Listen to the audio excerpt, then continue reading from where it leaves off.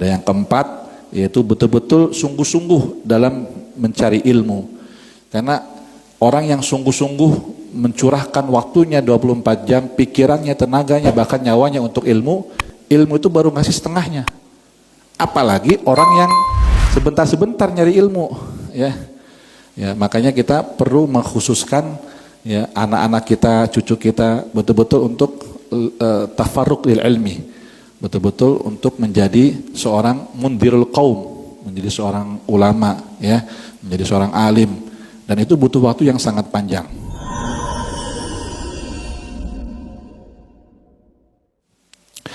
Kemudian dia senantiasa membersihkan hatinya daripada dosa-dosa batin agar diterima ilmunya dan hafalannya. Kemudian yang keenam, dia harus betul-betul menghormati gurunya. Ya, menghormati gurunya, tidak mengangkat suaranya di hadapannya. Kemudian dia datang kepada gurunya betul-betul ingin mengambil faidah, tidak untuk mujadilan, ya, bukan untuk debat. Ya, kadang ada orang datang ke majlis pengen debat sama gurunya, ya, enggak, atau dia malah sombong.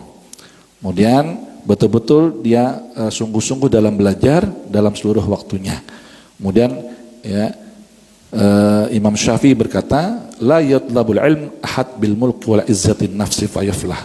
Ya, tidak ada seorang pun yang betul-betul ketika mencari ilmu, dia mencari ilmu dengan kekayaan atau mencari ilmu dengan kebesaran hati, ya, hatinya sombong, maka itu tidak akan sukses. Maka orang yang mencari ilmu itu harus dengan dhillatun nafs, hati yang penuh dengan dhillah, ya, merasa rendah diri, rendah hati, ya. Kemudian dhikul aish, ya, kehidupan yang sederhana, ya. Makanya kita kebanyakan waktu masa-masa belajar, masa-masa lagi pada susah semua itu, ya. Iya, iya. Sampai akhirnya dihitung tuh uang yang dapat dari beasiswa, ya, setengahnya buat bayar sewaan rumah, setengahnya buat makan, ya, sisanya kalau ada sisa buat beli buku sama transportasi. Ya, masa-masa inilah kita khidmatul ilm, ya, wa tawaddu'un nafs, ya. Kemudian kita ya usahakan untuk datang ke majlisnya lebih dahulu, ya, sebelum dimulai pembelajaran. Maka al barakah fil bukur, ya, keberkahan itu Allah berikan kepada orang-orang yang terlebih dahulu, ya. Jadi orang-orang yang pagi itu bangun, kemudian dia aktivitas, itu keberkahan ada, ya.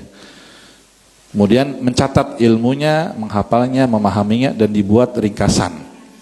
Maka di dalam kitab Ta'lim Muta'alim kita sering mendengar, akhi lan tanalal ilma illa bisittatin, ya, saunbika an tafsiliha bibayanin, ya, bahwa tidak akan mendapatkan ilmu kecuali dengan 6 hal, ya, maka akan berikan kepadamu penjelasannya, yaitu zakaun, ya, harus cerdas, ya. Cerdas ini bukan hanya otaknya, tapi cerdas hatinya, ya, cerdas hatinya. Kemudian cerdas spiritualnya, wahirsun, dan sungguh-sungguh, wajtihadun, wabulghatun, ya, dan ongkos, ya, jadi ada biaya yang dikeluarkan, wasohbatu ustadzin, dan bersohbah kepada seorang guru. Ya, ini yang jarang didapatkan kalau di bangku-bangku sekolah, ya, atau kuliah. Ya, mahasiswa itu ada yang nggak kenal sama dosennya. Iya, boro-boro salaman, cium tangan, gitu. Nah, maka perlu ada kita sohbah berteman atau khidmah kepada seorang guru. Kemudian yang terakhir, butuh tulu zamanin, waktu yang sangat panjang. Nggak bisa kita belajar cuma setahun 2 tahun jadi alim, mustahil, ya. Paling jadi ustadz YouTube. Iya. Ustadz karbitan, ya, biasanya orang itu belajar ya puluhan tahun dia ngaji, itu pun masih ada aja yang kurang.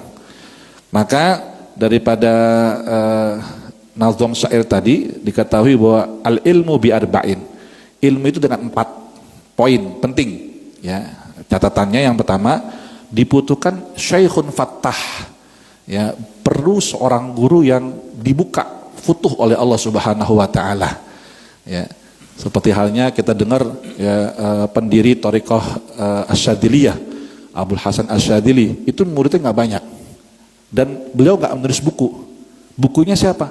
Murid-muridnya jadi bukunya. Akhirnya ya, kita kenal tuh ya Hizib Bahar, Hizib Bar, dan hizib-hizib yang lainnya. Ya, Masya Allah. Dan kita kenal karangan murid-muridnya Ibnu Athaillah As-Sakandari, ya, kitab Al-Hikam, ya, luar biasa. Ya, jadi hasil daripada didikan beliau itu adalah murid-muridnya. Ya. Karena beliau membuka, ya, mutamakin fi ilmi. Kemudian yang kedua, dibutuhkan seorang thalib, ya, orang yang belajar, murid yang mukhlis, yang ikhlas dalam belajarnya. Kemudian dibutuhkan orang-orang yang paham, ya, jadi dia bukan hanya hafal tapi paham, ya. Kemudian yang ketiga membutuhkan kitab. Nah, kitab ini penting, ya. Tapi yang lebih penting adalah metode daripada kitab seorang guru. Lebih penting daripada metode kitab adalah seorang gurunya. Gurunya itu lebih penting daripada kitabnya.